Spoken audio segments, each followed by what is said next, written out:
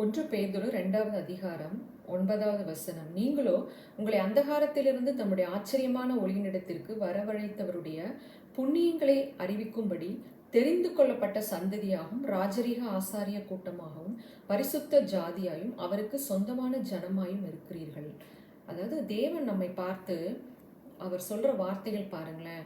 அவர் நம்மளை என்னன்னு சொல்றாருன்னா, அந்தகாரத்திலிருந்து ஆச்சரியமான ஒளியினிடத்திற்கு நம்மை வரவழைத்தவருடைய புண்ணியங்களை அறிவிக்கும்படி அவர் நம்மை தெரிந்து கொண்டார். தெரிந்து கொள்ளப்பட்ட சந்ததியாம், ராஜரீக ஆசாரிய கூட்டமா, நாம் பரிசுத்த ஜாதியாம், அவருக்கு சொந்த ஜனமா.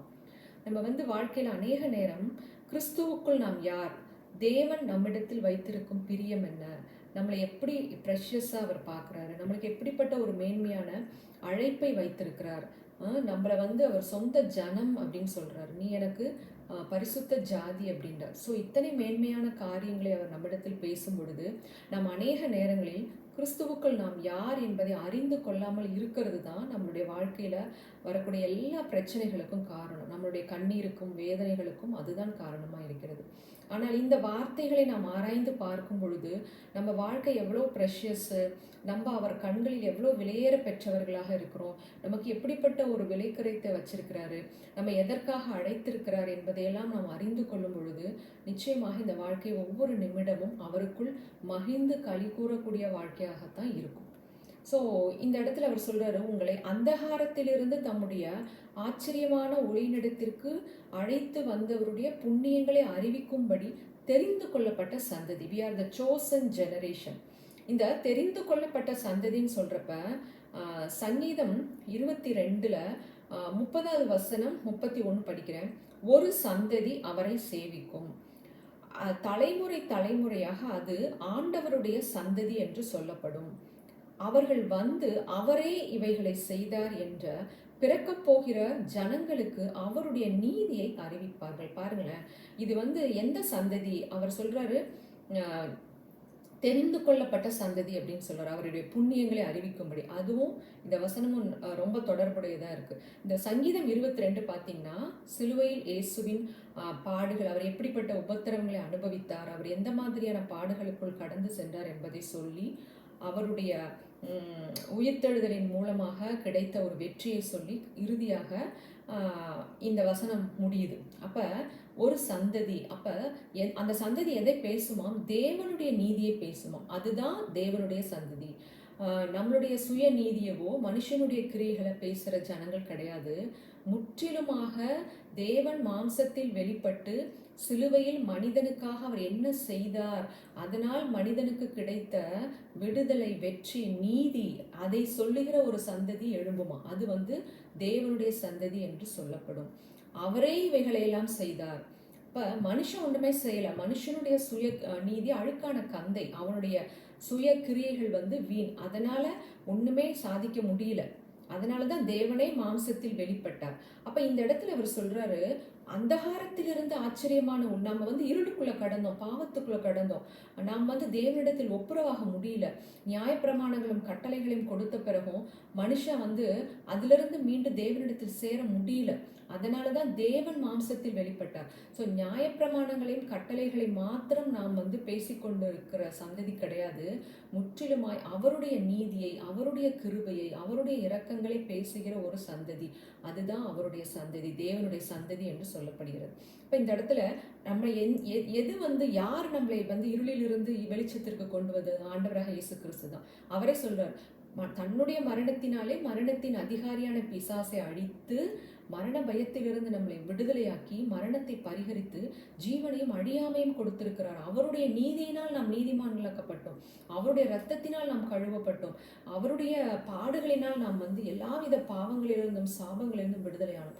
ஸோ முற்றிலுமாய் மனித இனம் நன்றியுள்ளதாய் அவர் செய்ததை மாத்திரமே நினைத்து நன்றி சொல்லி அதையே பேசும்படி, அதையே அறிவிக்கும்படி நம்மை தெரிந்து கொண்டாராம். ஸோ அவருடைய நீதியை அறிவிக்கக்கூடிய ஒரு சந்ததியாய் நம்மை தெரிந்து கொண்டிருக்கிறார். அப்ப எப்படிப்பட்ட ஒரு மேன்மையான அழைப்பை நமக்கு கொடுத்திருக்கிறார் பாருங்க. ஸோ நம்ம பேச வேண்டியது, மற்றவர்களுக்கு அறிவிக்க வேண்டியது ஒன்னே ஒண்ணுதான். அதாவது இருளிலிருந்து நம்மை வெளிச்சத்திற்கு கொண்டு வந்த ஆச்சரியமான ஒளியாது. ஏன்னா மனித இனம் பாதாளத்துக்குள்ள கிடந்தது. அவன் மேல வருவான்னு யாருக்கும் நம்பிக்கை இல்லை. ஆனா அவர் அந்த பாதாளத்திற்கு இறங்கி வந்து நம்மளை தூக்கி கொண்டு மேலே உன்னதத்திற்கு கொண்டு வந்தார். ஸோ முற்றிலுமாக நாம் பேச வேண்டியது, அறிவிக்க வேண்டியது அவருடைய புண்ணியங்களை, சிலுவையில் அவர் செய்து முடித்த காரியங்களை, சிலுவையில் அவர் பட்ட பாடுகளை, அதன் நிமித்தம் கிடைத்த விடுதலையை, வெற்றியை, உயிர்த்தெழுதலின் வல்லமையை நாம் அறிவிக்கும்படி அவருடைய தெரிந்து கொள்ளப்பட்ட சந்ததி. ஸோ அந்த சந்ததி எதை பேசும்? அவருடைய அவரே இவைகளை எல்லாம் செய்தார், நாங்கள் ஒன்றும் செய்யலப்பா, மனிதர்களால் ஒன்றுமில்லை, அவரே இவைகளை எல்லாம் செய்தார் என்று அவருடைய நீதியை அறிவிப்பார்கள். ஸோ எத்தனை மேன்மையான அழைப்பு இல்லைங்களா? அப்போ இதை நம்ம ஏதோ ஒரு வசனமாக படிச்சுட்டு போகாமல், அறிவில் மட்டும் படிச்சுட்டு போகாமல், இருதயத்தில் அதை உள்வாங்கி நம்ம எதற்காக அழைத்தார் என்பதை யோசித்து பார்க்கும் பொழுது நாம் எவ்வளவு அவருக்கு பிரியமானவர்களாக இருக்கிறோம், எவ்வளவு வெளியேற பெற்றவர்களாக இருக்கிறோம் என்பதை நாம் அறிந்து கொள்ளும் பொழுது இந்த வாழ்க்கையில் நம்ம கண்ணீரோடு புலம்புவதற்கும் போராடுவதற்கும் ஒன்றுமே இல்லை. ஒவ்வொரு நாளும் அவர் செய்த இந்த நன்மையை, அவருடைய புண்ணியத்தை நினைச்சு பார்த்து நன்றி சொல்லி இந்த புண்ணியங்களை மற்றவர்களுக்கு நாம் சொல்லிக்கொண்டே இருப்போம். நம்மால் சும்மா இருக்க முடியாது. ஏன்னா அப்படிப்பட்ட ஒரு மேன்மையான ஒரு விடுதலை தேவன் நமக்கு கொடுத்திருக்கிறார். ஸோ நாம் தெரிந்து கொள்ளப்பட்ட சந்ததி, அவருடைய நீதியை மாத்திரம் அறிவிக்கும் சந்ததி, அவரே இவைகளெல்லாம் செய்தார் என்று சொல்லக்கூடிய சந்ததி நாம். அடுத்தது ராஜரிகமான ஆசாரிய கூட்டம். வெளிப்படுத்தின விசேஷம் 1வது அதிகாரத்தில் அவர் சொல்றாரு, நம்மீது அன்பு கூர்ந்து அவருடைய இரத்தத்தினாலே நம்மை முற்றிலுமாய் கழுவி நம்மளை ராஜாக்களாக, ஆசாரியர்களாக தேவனுக்கு முன்பாக நம்மை நிறுத்தியுள்ளாராம். பார்த்தீங்களா? பிதாவுக்கு முன்பாக நம்மை நிறுத்தியுள்ளார். இப்போ ராஜரிகமான ஆசாரிய கூட்டம், வெறும் ஆசாரிய கூட்டம் இல்லை.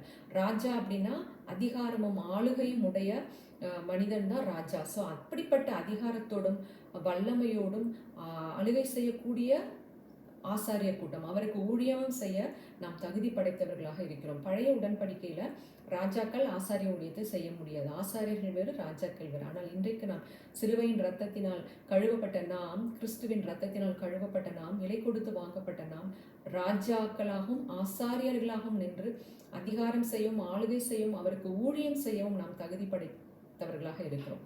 அடுத்தது பரிசுத்த ஜாதி. பரிசுத்த ஜாதின்னு அவருக்காக பிரித்தெடுக்கப்பட்ட ஒரு ஜாதி. மற்றவர்களைப் போல உலகத்தை ஒத்து வாழாமல் அதிலிருந்து பிரித்தெடுக்கப்பட்டு அவருக்காக வாழக்கூடிய ஒரு ஜாதியாய் நம்மை தெரிந்து கொண்டிருக்கிறார். அவருக்கு சொந்த ஜனம், நீ என் சொந்தம் அப்படின்னு சொல்றார். இன்றைக்கு நம்ம அநேக நேரங்களில் மனிதர்கள் நம்மை கண்டு கொள்ளலை, நம்மளை ஏற்றுக்கொள்ளலை, நம்மளை புறக்கணிக்கிறாங்க, நிராகரிக்கிறாங்கன்னு நினைக்கிறாங்க. நம்மளை சொந்தம்னு சொல்றதுக்கு கூட அவங்களுக்கு வாய் வர மாட்டேங்குது அப்படின்னு. ஆனால் தேவன் நம்மை படைத்தவர் நம்மை பார்த்து நீ என் சொந்த ஜனம் அப்படின்றார். எப்படிப்பட்ட ஒரு மேன்மையான அழைப்பை ஆண்டவர் நமக்கு கொடுத்திருக்கிறார்.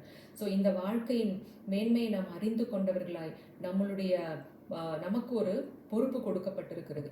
ஆண்டவராக இயேசு இந்த உலகத்திற்கு இறங்கி மாம்சத்தில் தேவாதி தேவன் வெளிப்பட்டு இந்த மனித இனத்தை மீட்பதற்காக அவர்கள் செய்த அந்த மேலான கிருபையை, இரக்கத்தை, தியாகத்தை, அந்த புண்ணியங்களை தான் நாம் பேச அழைக்கப்பட்டிருக்கிறோம். மனிதனுடைய சுய கிரியைகளை, சுய நீதிகளை அல்ல, அவருடைய புண்ணியங்களை பேசும்படி அழைக்கப்பட்ட நாம் அவருக்கு சொந்த ஜாதியாய், சொந்த ஜனமாய் இருக்கிறோம். அவர் தெரிந்து கொள்ளப்பட்ட சந்ததியாய். We are the chosen generation. So we must talk only about his righteousness, not our righteousness.